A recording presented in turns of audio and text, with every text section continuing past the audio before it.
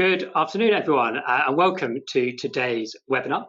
My name is Richard Taunt. I'm part of the Kaleidoscope team. And if you're watching us live, a very warm welcome on a bit of a grey afternoon here in southeast London. I'm sure the temptation to be spending your Friday afternoon to prepare for Super Saturday tomorrow, which for you may mean Brexit deliberations or may mean the Rugby World Cup. I think one of those is probably more exciting than the other. But if that was your other temptation, thank you so much for joining us now. We're going to have what I think is going to be a fascinating hour talking about deliberative democracy and healthcare, and a whole host of questions those terms give rise to. We are joined today by an expert panel. Hilary, welcome. Thank you very much. Hilary, I'm from the Stroke Association. Yep, so I'm the Director of Strategy and Research there. Lovely. And in Oxford, Dr. Alan Renwick. Good afternoon, Alan. Hello, Rich. Alan, sorry, I'm interrupting. Sorry, I was just going to introduce myself. So I'm from University College London, and I have run some citizens' assemblies. So if anyone has come across Alan's work, you'll know that that's like a huge underestimation of one of the world's leading experts in citizens' assemblies and deliberative democracy. If anyone knows Hilary's work, just saying you're Director of Strategy at the Stroke Association is a huge underestimation of your collective work as well. So thank you very much both for already winning humility points, and we'll hear your expertise as we go through. So over the next hour, we're going to be having some presentations. Alan's going to be talking about some of the political context to deliberative democracy. Hilary and I will be talking a bit about some of the uses within healthcare. But more than anything, we really want to hear from you as we go through. So we'll do presentations, but we'll have a lot of time for discussion and debate. A few ways you can get involved to do that. Firstly, you can use the Ask Question feature on GoToWebinar to send through questions. You can email us hello@kscopehealth.org.uk. That's hello@kscopehealth.org.uk. Or you can tweet us. The hashtag we are using today is strategy breakfast, hashtag strategy breakfast. That's not two random words thrown together in a sort of how do I create a secure password fashion. It's to reflect. This webinar is partly to talk about the report, which we published just a couple of weeks ago, entitled How Strategy Wasn't Eaten for Breakfast, which is an examination of a case study of using deliberative democratic principles within health. So please send questions through, use GoToWebinar, use email, do tweet us. If you are watching after the event, as my colleague George would say, welcome to the future, or welcome for the future, and we would very much still like your views. Please do that using Twitter. Probably that GoToWebinar Ask Question feature is going to be less useful if you're watching after the event, but please do send us through your views. So I think that's probably enough throat clearing from me. So welcome back. If you've joined one of our webinars before, a very warm welcome if this is your first time. We're going to start, if that's okay, with just a very quick poll, just to understand why it is that people are joining today. So we're going to flash something up in just one moment.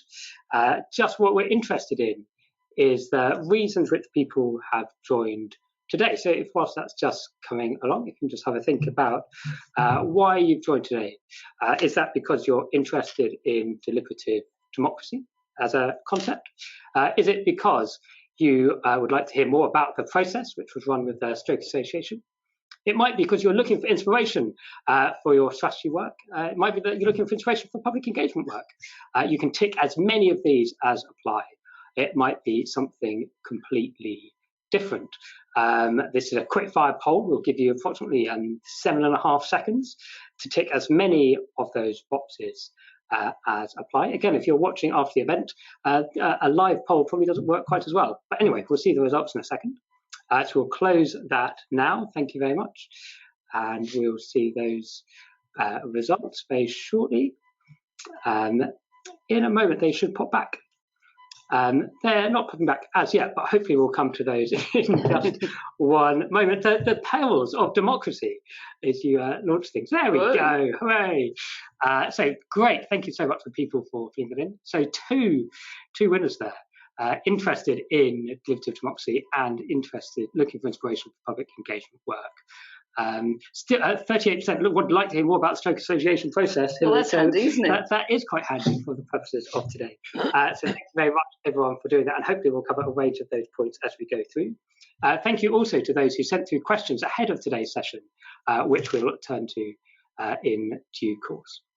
The last thing for me to do before we pass to Alan is just to introduce this sort of this jar, which you might have wondered if it contained sweeties. It doesn't. It contains notes. This is our jargon swear jar, where what we do is if we as a panel lapse into unnecessary jargon or unexplained acronyms, we have to put money into the jar.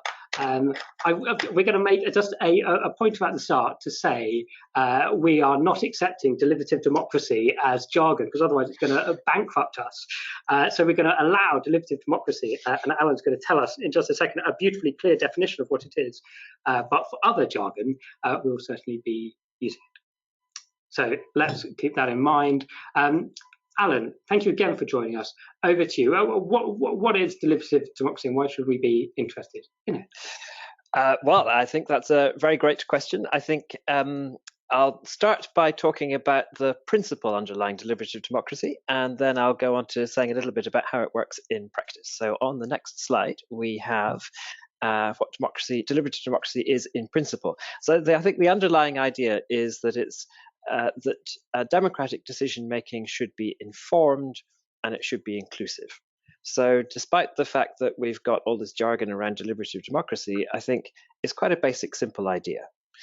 And what that means is, firstly, participants who are taking part in the process of decision-making, they should be informed about various things.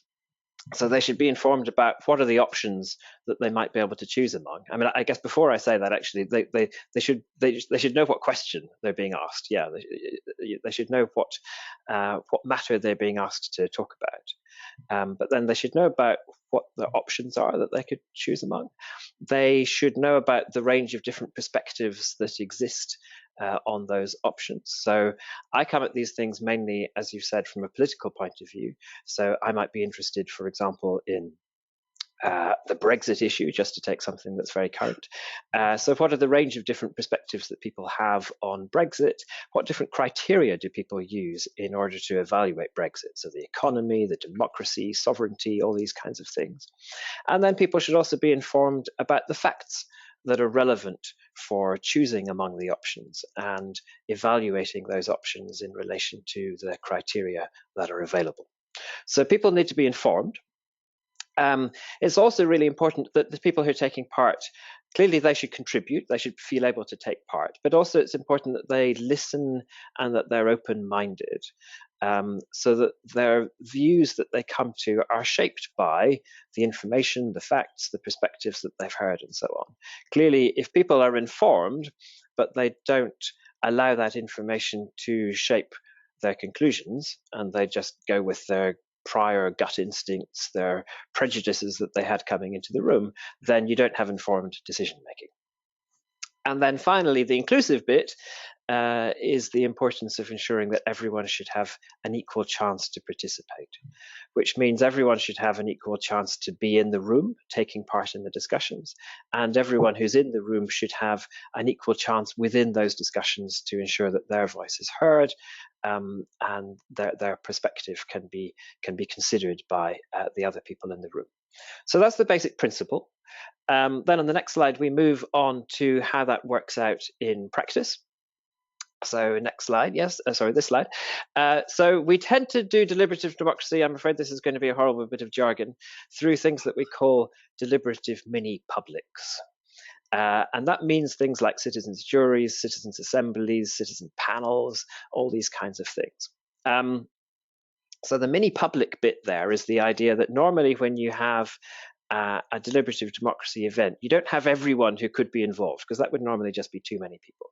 Rather, you have a group of people whose composition is like the population as a whole that you're interested in.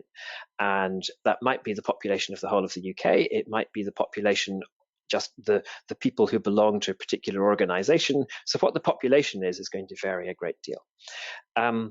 So you achieve that normally by having random selection of participants from that relevant population. It's better generally to have, I mean, not always, but generally it's better to have random selection rather than having self-selection of people, because the people who will self-select are not necessarily representative of the population as a whole. Some people are just very unlikely to self-select. I've also got another bit of horrible jargon on there, I'm afraid, that's stratification. So that's the idea that you make sure that you have the right proportions of men and women, the right proportions of people from different class backgrounds, ethnic backgrounds, and so on, to ensure that genuinely you have a group of people who reflect the composition of the population. And just what kinds of factors you stratify on depends on the nature of the group that you're choosing people from and what matters for the deliberative exercise that you're engaged in. Then it's really important, in order that this is going to be deliberative and people can really deliberate and discuss and think through issues carefully, it's really important that the discussion is facilitated. So normally you have groups of quite small groups of people, around 7 or 8 groups of people, sitting around a table with a trained facilitator, a trained moderator who keeps the conversation on track, makes sure everyone feels able to participate, and leads the discussion towards conclusions. In order to be informed, you need to have high quality and balanced information. And that might be information from experts who've done research in the area. It might be information from people who've got lived experience in the particular area. Also really important, actually, is just information that members of the group share with each other. Even if they don't have kind of expertise themselves, they have their own experiences, and those are really, really important for any deliberative exercise. And then finally, typically you get to decision making at the end of the process by voting. You don't need to do voting. You could try to get some kind of consensus-based decision making, but normally we have voting. So just to see how that works out in practice, I've got some pictures. So on the next slide, we can see one citizens' assembly that I ran on Brexit a couple of years ago. So you can see the members of the assembly sitting around groups with tables, and the lead facilitator is at the front of the room there explaining what's happening. Then on the next slide, we see some of the groups a bit more close up, with the facilitators in green t-shirts. Looks like they're having a kind of getting to know you session at the start of the process there. Then on the next slide, things are getting a bit more intense. So the members have been thinking about things, writing them down, and now they're sharing their ideas with each other and discussing those ideas. Then on the next slide, I said that often you have experts coming in and talking. So often they'll start off by giving a presentation. But then typically the process that we follow is that the members of the assembly think about what they have heard, and then they get the chance to really quiz the experts, and the experts sit with them so that they can have really deep conversations about the subject matter. And then final picture on the next slide, people voting at the end of the process and coming to some decisions. So final slide, very, very quickly. I thought it would be useful for me also just to highlight a few of the key design points, the things that need to be borne in mind, the things that sometimes go wrong when you're designing a deliberative democracy event. So perhaps most fundamentally, you need to have a clear and well-defined question. So people need to know what it is that they're being asked. The facilitators need to be able to direct the conversation clearly towards an outcome. And obviously you don't want something with a really obvious answer where there's no point in having deep discussion. The context is also really, really crucial. So at least in the kinds of fields that I work in, you want to make sure that the ultimate decision makers are open to listening listening to the conclusions of the assembly. Otherwise, it's difficult for people to see what the point is of engaging. And there also needs to be time for the deliberative mini-public, sorry, horrible acronym, to do its work. If you need to have a decision in 2 weeks' time, holding a deliberative mini-public is unlikely to help. Then thirdly, the time that you give to the deliberative mini-public, the citizens' jury, citizens' assembly, has to fit the task. If you've got a complex task, complex question, then you need more time. So you might need multiple weekends when people come back and discuss among themselves in depth. Simple task, maybe just a day is enough, or a couple of days will be enough. You need to treat the members of the group well. Particularly if you're asking them to come back over a period of time, they need to feel that their participation is valued. And also, generally, it's important to pay people to take part, because otherwise you don't get a representative sample of the wider group. Of course, that depends on the nature of the population that you're sampling from. And then finally, just to reiterate the importance of really high quality facilitation and good quality information as key inputs to the process. Alan, thank you very much. Indeed, a wonderfully succinct run-through of a complex topic. So, Alan, just for absolute clarity, a mini-public isn't a type of car. It's just to get that straight. And is the significance of wearing green T-shirts essential for facilitators, or is that open to individual modification? We've done blue, we've done orange, all seem to work just fine. So, yeah. But those T-shirts, you know, you've got to give a sense of the community spirit and people getting mucking in there. Alan, thank you very much indeed. Just a quick reminder about how you can join in and ask questions. There's that go-to feature or go to that question feature on GoToWebinar. Email us hello@kaleidoscopehealth.org.uk, or again, you can tweet along using the hashtag strategy breakfast. That will mean more in just a moment. So, Alan, thank you. A really nice summing up of the sort of deliberative democracy concepts as used within the sort of political sphere. And I'm sure all of us are here scratching our heads going, oh, if only, where could this possibly have been used in recent political history in this country? Oh, only there was something which we could have used this on. I'm sure we're all not thinking. Alan, thank you. So I think we're going to move on just to talk a little bit more about deliberative democracy in healthcare. I think I'll talk a bit, and then Hilary, I'll pass to you. So why are we talking about this in a healthcare webinar?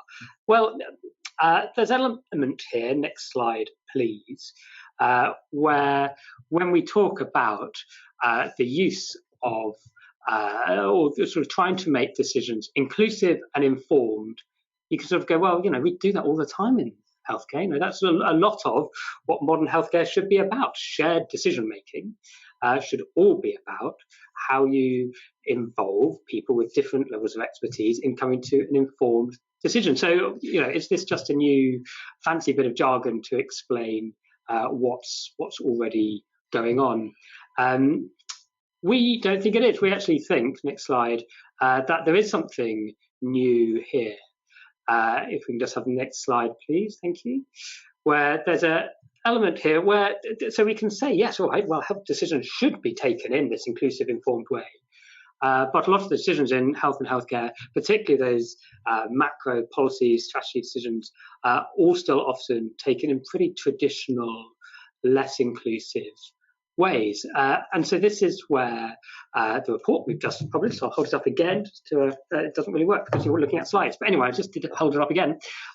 This is where our report, How Strategy Wasn't Eaten for Breakfast, just explores a bit about what is the potential offer from using the principles of deliberative democracy in healthcare in different ways. And so to give a couple of examples of where we at Kaleidoscope drew inspiration, next slide, please. One of the things you may have heard of before. So I think it'd be nice to get Alan's view on this in a second. Probably the poster child of citizens' assemblies, this use of that democratic mini-public, in many ways is the citizens' assembly run in the Republic of Ireland about the future of abortion law, where a group of 99 people, randomly picked, broadly representing Ireland's demographic diversity and views, were brought together over 5 weekends to hear this sort of expert and a range of expert views, but to consider how abortion law should develop in Ireland. Eventually, the output of the process was that a majority of members recommended to a specially created parliamentary committee that the Irish constitution should be amended, and that was a change which was confirmed by a nationwide referendum in 2018. What I'd recommend, if you've coming across this for the first time, is particularly to look out for accounts of being part of that process by some of the people who were in it. There's a couple of very nice Guardian articles, and Radio 4, I think, did a programme about it as well, where some of those Citizen Assembly members talked about it as really quite a profound process for them personally, as well as something leading to a political result. So that use of one of these processes actually to engender cultural change was something which we were particularly interested in here at Kaleidoscope. So lots more you can find out about that Citizen Assembly if you were to Google that. Second example is a slightly less well-known one, coming from Canterbury in New Zealand. So we're talking about Canterbury, New Zealand. We're not talking about Canterbury, Kent. So we're not talking cathedrals. Where we in health policy circles, the integrated care in Canterbury is talked about quite a lot as an example about how to arrange a health system. What's talked about a bit less often is actually how they got to the design of their system, where again, a process borrowing, whether it's explicitly or not, from deliberative democracy principles was used. So what happened in the Canterbury case is that 80 members of staff from across the region, from cleaners to chief executives, were brought together and given very explicit instruction from the leaders of that system to think differently about how their system should develop.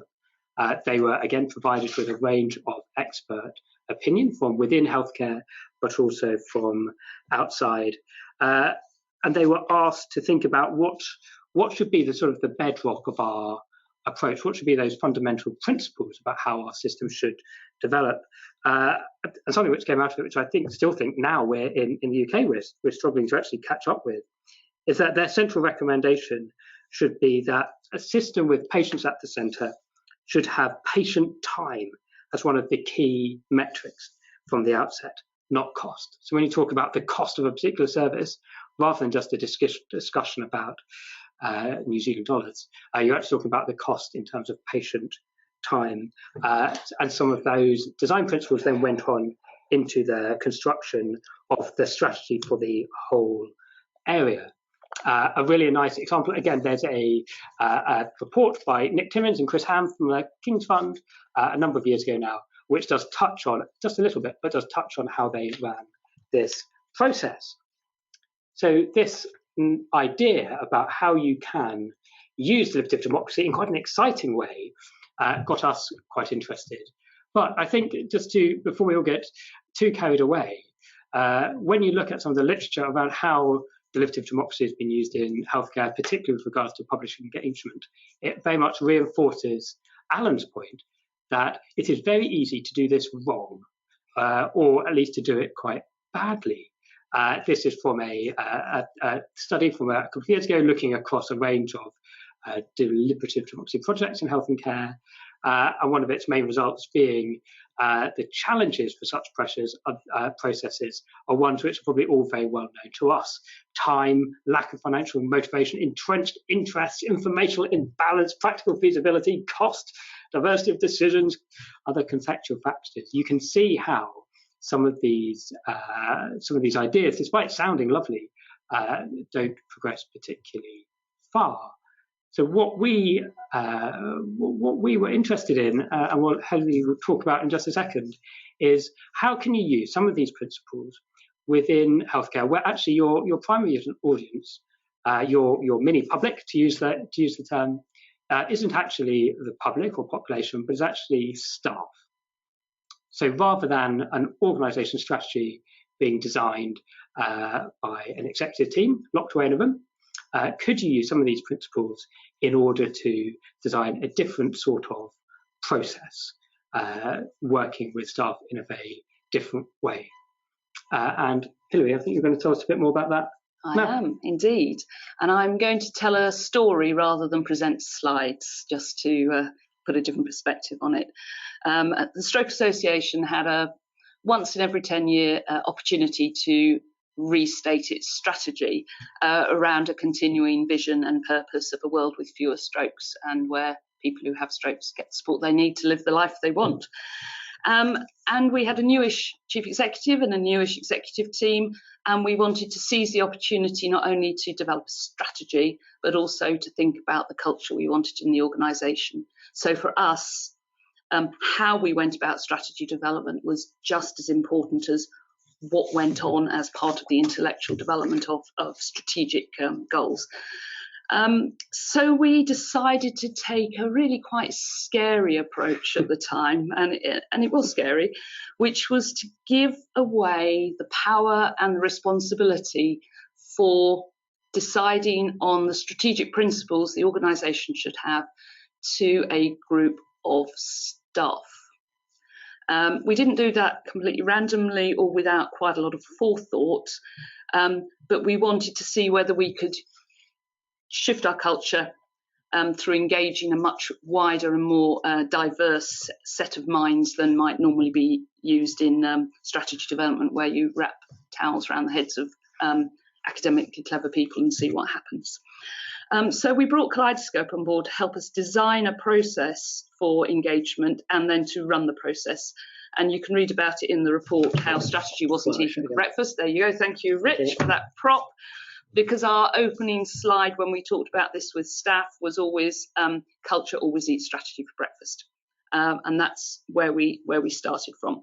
So our aim was to engage the whole organisation and get into their energy and creativity, because we knew actually that our staff all over the place would have many more ideas and a passion for ensuring that we got ourselves into the right set of strategic principles. Added to that, Stroke Association has always been really strong on those concepts of co-creation, using the voice of lived experience, patient and public involvement. So we turned that in on ourselves for the purpose of this process. We invited staff through intranet and blogs to nominate themselves. So we didn't do random selection, as Andy was saying. We invited people to tell us in 150 words why they wanted to be part of our process. And 10% of our organisation replied saying why they wanted to be, and then we used a bit of diversity slicing to ensure we had a diagonal slice of people from different functions, different geographies, different genders, different ages, different ethnicity, to give us as wide a diversity as possible. The only thing we didn't have in there was any senior leaders. Really interestingly, that group, when presented with the opportunity to shape strategic principles, first asked us permission. Kept the first week or so, there was a lot of asking, what should we do next? And it took an amount of coaching, including with Kaleidoscope, to genuinely show that we trusted them to go out and work out what they needed to do, and that what we were providing was creating the right conditions for a group of 12 staff to go out, look outward, bring the outwards in, harvest ideas, hold workshops, go out and talk to individuals both in and outside the organisation, have thoughts, spend time thinking about the right strategic principles for us. They then took charge. It was quite fascinating to watch how this group of really disparate people took charge of themselves, of their thinking, and started believing in what they could do. They went out to different organisations, they had workshops, etc. Behind the scenes, there was a very highly structured process and programme of events, of challenges, of conferencing, and behind even those scenes, there was quite a lot of work within the charity to keep communication and engagement going. They had 3 months, 2 days every week of 3 months we gave them, except half term, which we all took off, to come up with a set of strategic principles, from which we then did a further phase to compete strategic goals and all of the stuff that you'd see in a conventional strategy. So fascinating process. Unexpected bonuses from the process. We did get a set of really good strategic principles which are guiding our decision making and which people see embedded within the organisation. We also got a new set of strategic thinkers who are continuing to operate in that way, irrespective of their day job. We undoubtedly added to the conversation we were having about the values we wanted to see in the organisation, and we also upped our engagement quotient substantially. So when we did our engagement survey, there was just so much engagement, passion, harnessing energy, disruptive energy in a good way. So some unexpected bonuses. So we got the outcome we wanted in terms of the strategy. We more than got the outcome we wanted in terms of the culture. And critically, it was because we gave away power to generate more power elsewhere, and we more than harnessed that power through intellectual and emotional attachment to what we were trying to do. So intentional democracy, scary at times, behind the scenes, lots of hard work. I'd say the key features for me: engaging early, engaging often, expecting it to be messy, because it absolutely was. Didn't all go according to precise plan, so a lot of agility involved as well.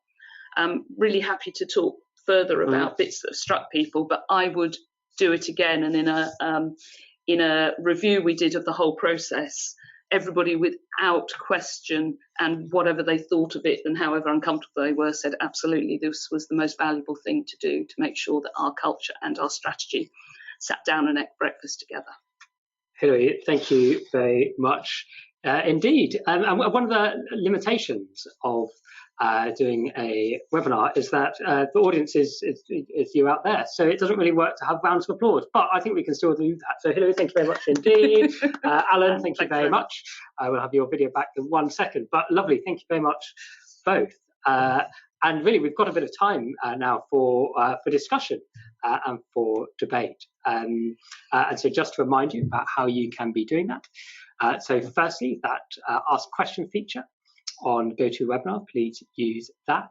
Alternatively, if you want to email us, hello@kaleidoscopehealth.org.uk, or you can tweet us. That hashtag again, as per the report, is strategy breakfast. And just while questions are already starting to come in, thank you very much indeed. But just whilst you marshal your thoughts, we'll turn to questions people sent us in advance. But Alan, I was just going to pick up one point, if that's okay, that's leading on from Hilary, about the nature of this process being quite scary. And there is something about how a process which says we're going to give away power requires at least a smidgen of bravery from those deciding to do it. Is that something which you've seen in the work you've been involved in?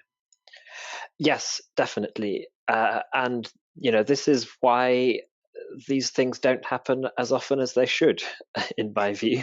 The people who have the power to set these things up are often frightened about the kinds of answers that they'll get back. And the one thing I would say is I have never come across a deliberative process that didn't come up with sensible, well-grounded conclusions, and that didn't involve a process in which the participants genuinely took the process seriously, sought to inform themselves, and as I say, came to sensible, well-grounded conclusions. Whether you agree with those conclusions, of course, is often a matter of opinion, but they're always well-grounded, well worked out.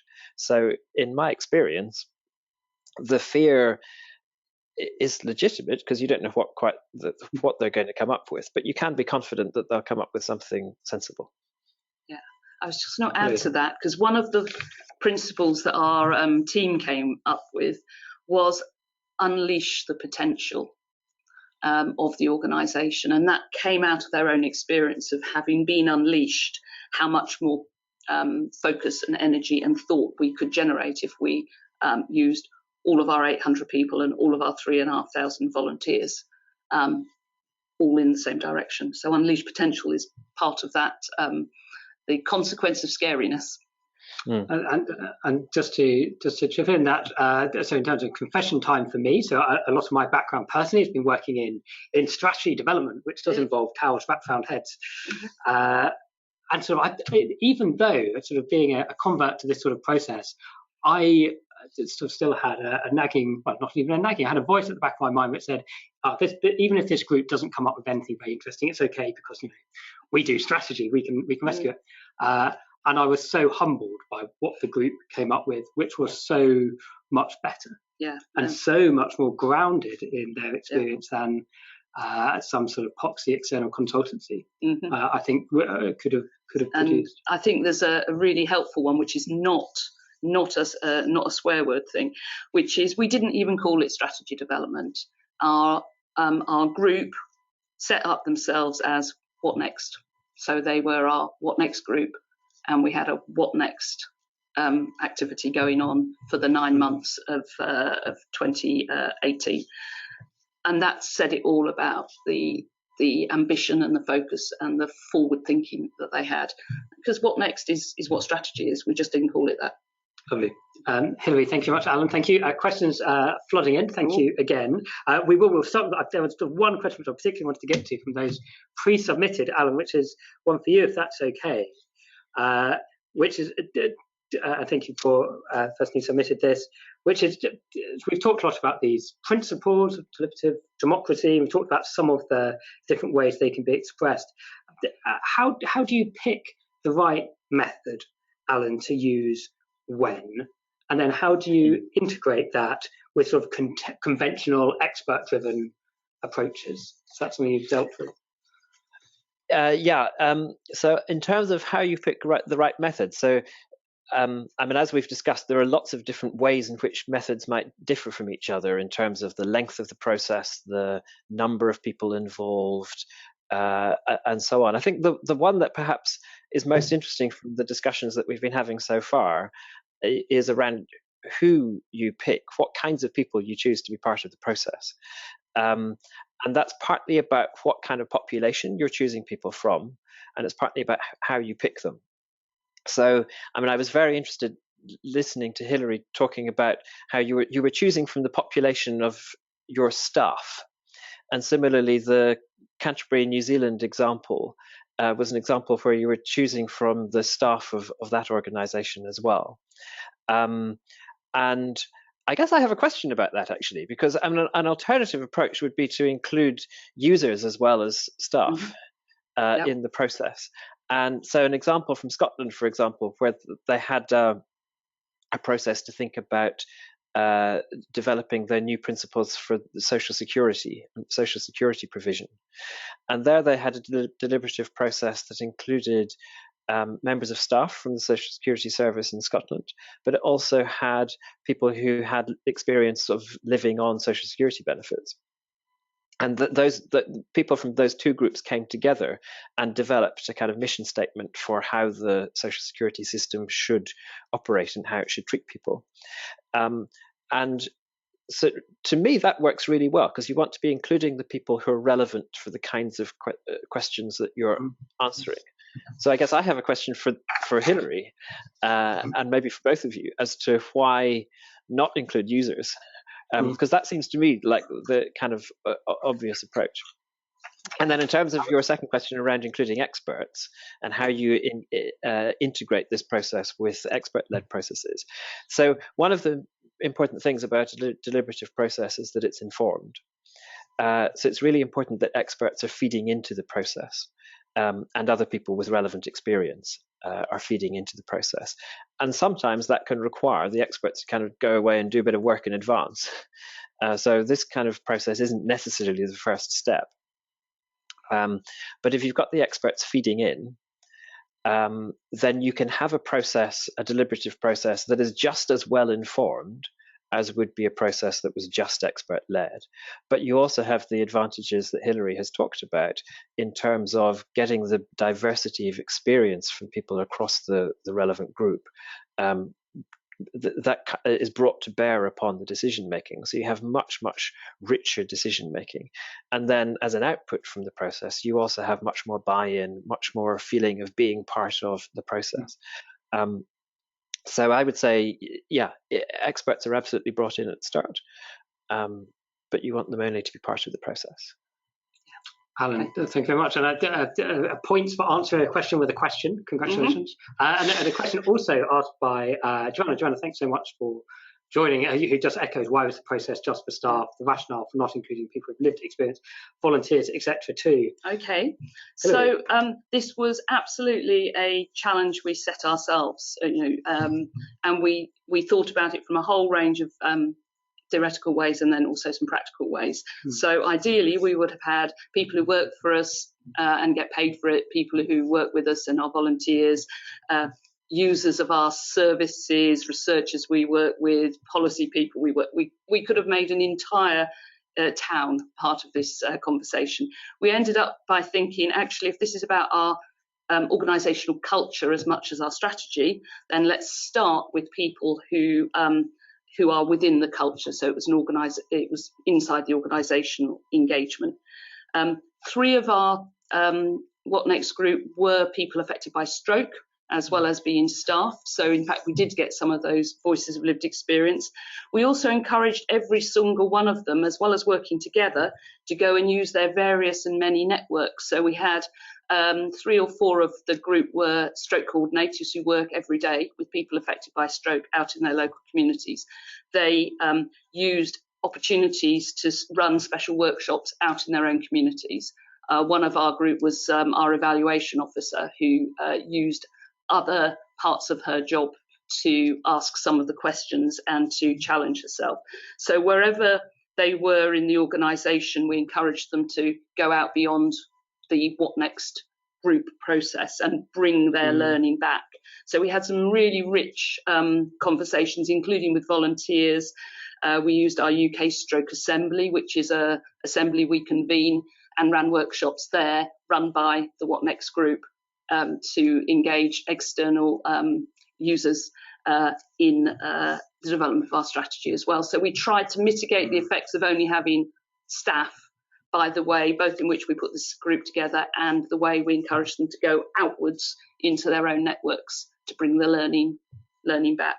That also meant we could keep it to a practical number. I don't know what Kaleidoscope would have done if we'd said, here, 150 people, nor do I know what it would have done to our budget, because that's always something you have to think about when we're using money that people have donated to the charity to deliver our charitable objectives.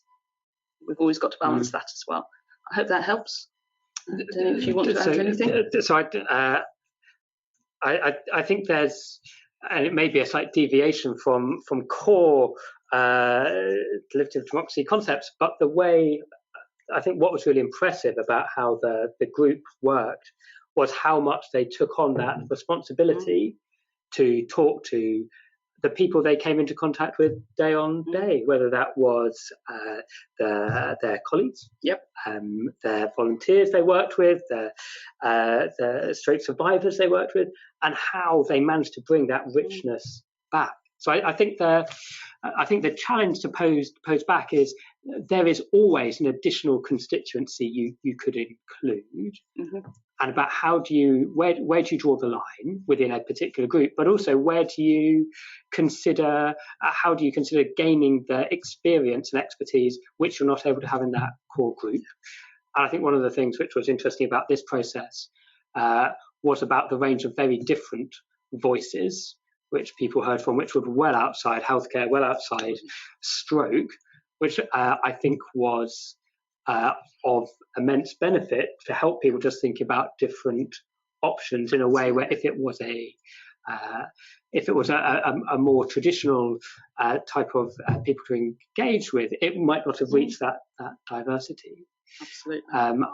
I think it's a really important point, and I'm aware of other questions. We could have a workshop for just on that. But we're going to move on if that's okay, Hilary. Thank you. And a further question, which is, we're going to talk about senior leadership now, if that's okay. And Joanna, another excellent question, thank you. Well, I think we'll start with the stroke example, but I'd be really interested, Alan, in your view as well. So Joanna asks, how did you get senior leadership buy-in? Can you talk especially about balancing power between staff and board of trustees when the trustees are legally accountable for the strategy? And so we'll start with Hilary. But Alan, really interested in your view about how deliberative democracy advocates get people on board for even running a process like this? But Hilary, okay, it's a fantastic question, Joanna.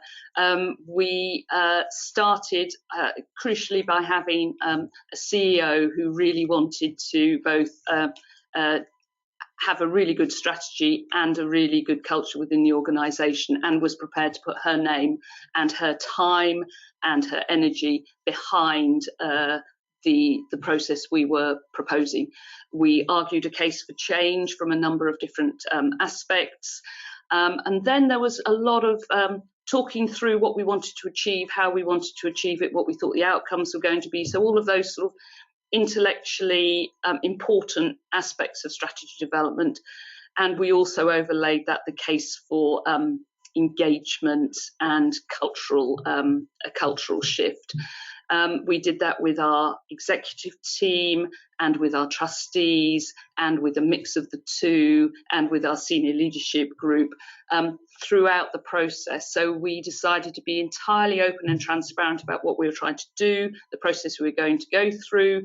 We had heaps and heaps of engagement deliberately, so from written updates to webinars that we offered for trustees who obviously see us episodically. We ran at least 2 strategy away days involving trustees during the What Next process. We brought the What Next team together with the trustees. We invited a bundle of trustees to all of the big workshops that the What Next team went through, and we got 1 or 2 at each of them. So we deliberately went for intense engagement, complete transparency about process, openness about what we were trying to achieve, and where we felt the risks were going to be for us. Also, we weren't disempowering trustees from their accountability for the strategy. What we were getting towards was this is the set of strategic principles which have come from a grounded understanding of the whole organisation and beyond. And from those principles, we then moved back into a more traditional development of the strategy document itself about the 3 goals and the priorities for this year and the resources, etc. So we went back into a more comfortable environment. I was saying to Rich just before we started that critical was understanding where each trustee was coming from and taking time to listen to them and reflect with them. We were never going to get all, as we have 20 trustees on board, emotionally and fully heartedly, but understanding where they were from and always respecting that was really key as well. And in the end, we delivered what they asked for on time with full sign-in from all of the trustees to a strategy which look on stroke.org.uk for the strategy, which looks like a clear strategy and which we know is grounded in that real experience in a way that we wouldn't have got otherwise. Hilary, thank you very much. Alan? Yeah, I completely agree with Hilary's approach there. And the key is that senior leaders need to feel engaged with the process all the way through. And I mean, the fullest form of doing that is for senior leaders to be part of the process, fully members of the process. And Rich, you mentioned the Citizens' Assembly in Ireland. Preceding that was something called the Irish Constitutional Convention, which was also basically a Citizens' Assembly, but a third of the members were actually elected politicians, members of the Irish Parliament. And that was a really good kind of first step in Ireland for getting politicians to understand the value of deliberative processes. I have yet to meet someone who has seen a deliberative process close up and doesn't think it's great. So having them engaged there was great for getting them to support the process, but having them there is also quite problematic because it can inhibit free deliberation and people feeling that they can express their darkest thoughts fully.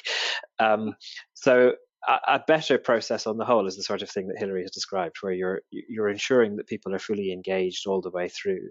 If you've got something like a Citizens' Assembly, then just having senior people come along and observe and just see the depth of engagement among the members is fantastic for getting them to understand this really deserves to be taken seriously. Yeah, absolutely. Alan, thank you. And Hilary, an interesting point in terms of understanding where trustees are going to be coming from, which may not, hopefully that they are going to see it and go, wow, brilliant. But they're probably grounded in their own experiences, which may be about quite a different approach. Completely different. So I don't know about other charities. We have a wide range of trustees from all over, from stroke survivors to investment managers. And it was important that we took the time to engage one-on-one, one on several, and to respect and listen, and keep talking all the way through the process. It wasn't a once and done process either, is what I'd say. It continues to be an ongoing strategic development for us. Thank you. So we've been talking a bit about sort of commissioners or leaders of a process, but I think we'll turn to the other side now, if that's okay. A lovely question from Rich. Rich, thanks so much for joining. A question for Hilary, but again, Alan, it'd be lovely to have your views in terms of, Hilary, why do you think that participants in the process were nervous at the start of this What Next process? Do you think it's because they're unsure of what they were doing? Because they were uncomfortable breaking the typical power dynamics in these sort of situations? If it was a bit of both, which was the more important factor, do you think? So there's a question particularly about the process here. But Alan, when we come to you, it'd be lovely to get your view on, you take people who are not perhaps used to doing this sort of thing and then go, great, come on then. And so how you run that sort of acclimatization process, whatever your mini public might be. Okay.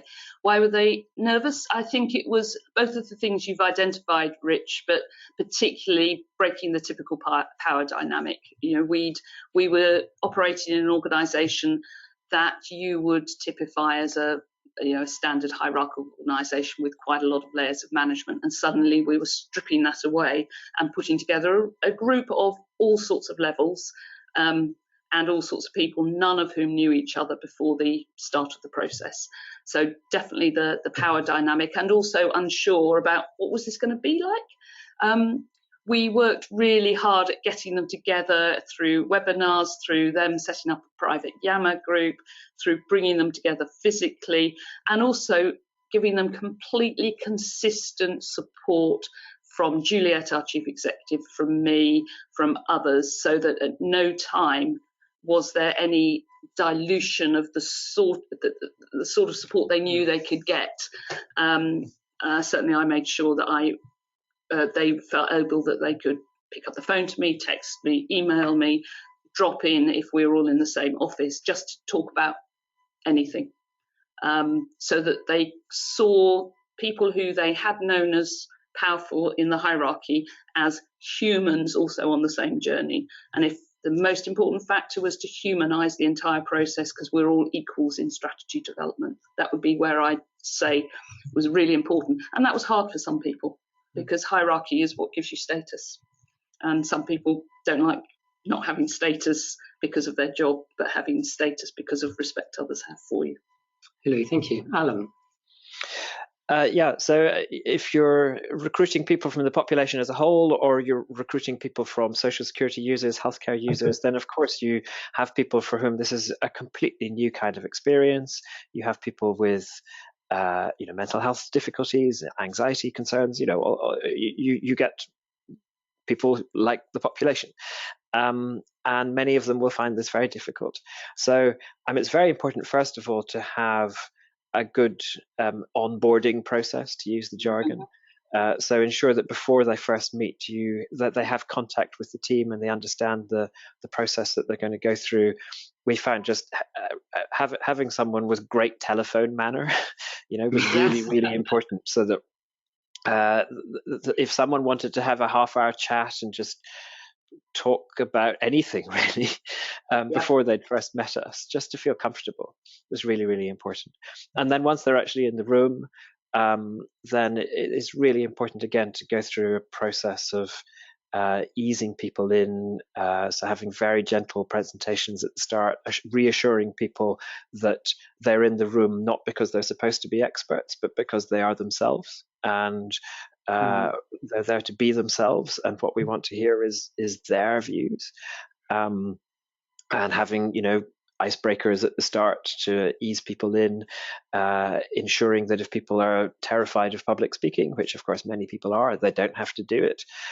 So they can start off just speaking with one person, and then if they're feeling comfortable, then they can speak in a group of 7 or 8 people, but they never have to speak in front of a bigger group if that is frightening for them. Yeah. As a great example was one of our group was an administrative assistant, and she grew and grew through this process. And at the end, she was one of the ones talking to our whole body of trustees about the strategic principles that they had designed. And there was that real gulp in the throat about watching somebody who'd personally just transformed in self-confidence and development as a result of this process. She's still with us. She's brilliant. I think I remember a very similar moment of, I think it was one of those meetings with the trustees and with the group. And I think even the chair of trustees saying, "Oh, but I brought up this." And it might well have been that person saying, no, you completely misunderstood. And so, great, good. Well, that's the point of doing this. We are fast running out of time. Thank you everyone for questions and comments which have been coming through as we've been going. We'll run a very quick poll in just a moment, just to get a bit of reflection on the whole use of deliberative democracy in health. So there it is.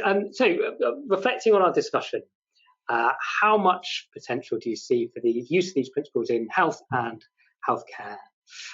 From, in our scientific scale, none, a little bit, quite a lot, to huge potential. Lovely. Yes, if we have a very quick vote, Hilary and Alan, I'll come to you for your vote on this when we do closing reflections shortly. We'll close that in just a couple of seconds. Great, thank you very much indeed. And we'll see those results in just one moment. But we hope very much that this has been constructive for you joining. As a reminder, oh look, there we go, hooray! So quite a lot, huge potential, being 88% of the vote, 11% being a little bit. So, well, that is encouraging. Thank you for those results. It would have been a bit of a shame if we'd spoken for 52 minutes and people went, well, this is rubbish, isn't it? We will come to closing reflections in just a second. So just to prep Hilary and Alan, just one closing reflection in just a moment. But to say, if you are after more details about the topic and particularly the case study, that document again, How Strategy Wasn't Eating for Breakfast, is available on the Kaleidoscope website, kaleidoscopehealth.org.uk. Equally, if you'd like to talk to us about how we could potentially help you wrestle with some of these concepts, we'd be delighted to hear from you. Please do get in contact via the website, or that email address again is hello@kaleidoscopehealth.org.uk. We'll do closing reflections now. So I think we've had a really fascinating discussion. And Hilary, Alan, thank you so much again for joining. So one closing reflection or insight which has particularly struck you, we'll do Hilary, then Alan, and then to myself. Hilary. So a key reflection for me is that be intentional as you go into deliberative democracy, but expect the unexpected because you never know the ending. Thank you. Alan. I think I've learnt more about just the diversity of the circumstances in which these things can be useful. It's fascinating for me to listen to Hilary about her process, which sounds like an excellent process, and the importance of designing a deliberative process to suit the particular needs, the question that's being asked, and the context in which it's being asked is really fundamental. Thank you both. So I think something which really struck me was, Alan, a point you made very early on about listening. And that this sort of process relies upon decision makers being open not only to running a different sort of approach, but then listening to what it is going to say. And so that critical piece of advice about making sure you've got the question right and being absolutely honest and genuine about that, the impact of or the end result of a process like that, being able to have. If you are a decision maker who wants to run a process like this but not listen to the answer, it's probably not the right process for you. If you are interested, I think there's huge potential. we are pretty much out of time. Thank you once again for joining. We have been recording today's session and we're making it available on the Kaleidoscope website. You'll be receiving an email within an hour with a full recording of today. There will also be an evaluation form when you close down this window, so your feedback on today's discussion would be very much appreciated. The last thing for me to do is to thank once again Alan for joining us from Oxford. Incredibly insightful, Alan. Thank you so much indeed, and Hilary for coming in and talking about the process in a very real way. And I'm sure if people have listened in and thought, I'd like to hear more, Hilary. Yep. You can feel free to contact me. They know where you live. Yep. Stroke Association. Lovely. Thank you very much indeed. We hope you all have an excellent rest of your Friday afternoon. Thank you again and goodbye. Bye.